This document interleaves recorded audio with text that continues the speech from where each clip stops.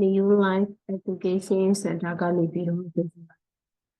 ဒီနေ့မှာဒီချက်ကတော့ဖွဲ့ထားတဲ့ကိုတိဆောက်ထားတဲ့ပူရာလေးတစ်ခုလေးမှာဆိုလို့ရှိရင် data တွေဘယ်လိုထည့်မလဲဆိုတဲ့ခေါင်းစဉ်လေးနဲ့ပတ်သက်ပြီးတော့သင်ကြားပေးတော့မှာဖြစ်ပါတယ်။ဒီလိုကွန်ပျူတာတွေထဲမှာအခန်းလေးတွေဖွဲ့လိုက်တယ်ပေါ့နော်။တနည်းအားဖြင့်ပြောရမယ်ဆိုရင်ပူရာလေးတွေဖွဲ့လိုက်ပြီးသွားပြီဆိုရင်ဖူရာလေးတော့ရှိသွားပြီဟုတ်ပြီဒါဆိုလို့ရှိရင်ဒီဖူရာလေးကိုဘာတွေထည့်လို့ရမလဲပေါ့နော်ချယ်ရီဖူရာလေးတွေကိုဖူရာတစ်ခုစောက်ပြီးသွားပြီဆိုတာနဲ့ဓာတ်ပုံတွေထည့်လို့ရမယ်ဗီဒီယိုတွေထည့်လို့ရမယ်နောက်ချယ်ရီထဲမှာစီးရင်စရာတွေပတ်သက်တဲ့ Microsoft Word Excel PowerPoint အစရှိသဖြင့်အခြားသော data တွေအစုံနဲ့ထည့်လို့ရပါတယ်ပေါ့နော်ကဲဒါဆိုရင်ကြည့်လိုက်မယ်ဒီကျတော့ဟိုတနေ့တုန်းက ဒီ screen လေးပေါ်မှာပေါ့နော်ဒီ screen လေး desktop လေးပေါ်မှာ photo ဆိုတဲ့ folder လေးတစ်ခုဖွဲ့ထားခဲ့တယ်ပေါ့နော်ဒါပေမဲ့ဒီ folder လေးဒီအခုမှအသစ်ဖွဲ့ထားတဲ့ folder လေးဖြစ်ပါတယ်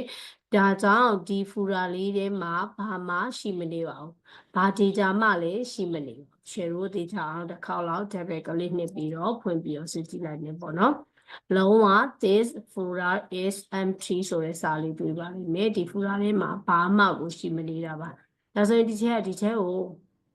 ဘာလေးထည့်မှာလဲဆိုရင်ဓာတ်ပုံလေးမြင်ထည့်မယ်ပေါ့နော်အဲ့လိုဓာတ်ပုံလေးထည့်ဖို့ရအတွက်ကဒီချက်ကဘယ်ကိုအရင်သွားရမှာလဲဆိုရင် this pc လေးကိုအရင်သွားပါမယ် this pc ဆိုတဲ့ icon လေးပေါ်မှာ double click နှိပ်ချလိုက်ပါ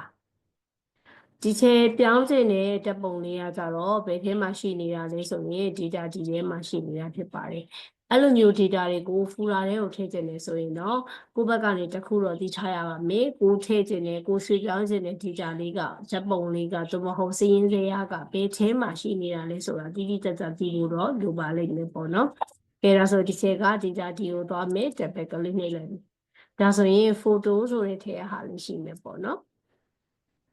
ဒီ photo ထဲမှာဓာတ်ပုံဘယ်နှပုံရှိနေပါလဲဆိုရင်3ပုံရှိနေမယ်ဒီချက်ကအဲ့ဒီဓာတ်ပုံ3ပုံကိုခုနဒီချက်ကို desktop ပေါ်မှာတင်ထားတဲ့ folder လေးတွေကိုထည့်မှာဖြစ်တဲ့အတွက်ကြောင့်မလို့ဒီ3ပုံကိုယူပါဖြစ်တဲ့အတွက် select ပေးပါမယ်3ပုံစလုံးရှိရဲ3ပုံစလုံး select ပေးမှာဖြစ်တဲ့အတွက်ဒီချက်ကို keyboard ကနေ control A လေးကိုနှိပ်လိုက်ပါမယ်copy အနေနဲ့ရွှေ့မှာလည်းရှိရဲဒီချက်ကို move အနေနဲ့ရွှေ့မှာလည်းရှိပါတယ်ပေါ့နော် copy အနေနဲ့ဒီချက်ကရွှေ့မှာဖြစ်တဲ့အတွက်control C လေးကိုနှိပ်လိုက်ပြီပြီးသွားပြီဆိုလို့ရှိရင်ဒီ file လေးကိုclose နဲ့လည်းပိတ်လို့ရတယ်တဘောမဟုတ် minimize နဲ့လည်းရွှေ့လို့ရပါတယ်ပေါ့ဒီချက်ဒီမှာ close နဲ့ပိတ်လိုက်မယ်ပြီးသွားရင်ခုနထည့်မဲ့ photo folder လေးတွေကို double click နှိပ်မယ်ခုန copy ကူးလာတဲ့ပုံလေးကိုဒီမှာပြန်ပြီးတော့ချမှာဖြစ်တဲ့အတွက် control V ကိုနှိပ်လိုက်မယ်ဒါဆိုရင်ဒီချက်တို့ဒီမှာဓာတ်ပုံဘယ်နှပုံရောက်သွားမှာလဲဆိုရင်3ပုံရောက်လာပါလိမ့်မယ်ကဲဒါဆိုရင်ဒီချက်အခုဒီနေ့ပြပေးခဲ့တဲ့သင်ခန်းစာလေးကတော့ကိုဖွဲ့ထားတဲ့ဖူရာလေးတွေထဲမှာဘယ်လိုမျိုး data တွေကိုထည့်မလဲဆိုတဲ့သင်ခန်းစာလေးဖြစ်ပါတယ်ဒီချက်ကအခုဓာတ်ပုံနဲ့လုပ်ပြရဲဆိုပေမဲ့လည်း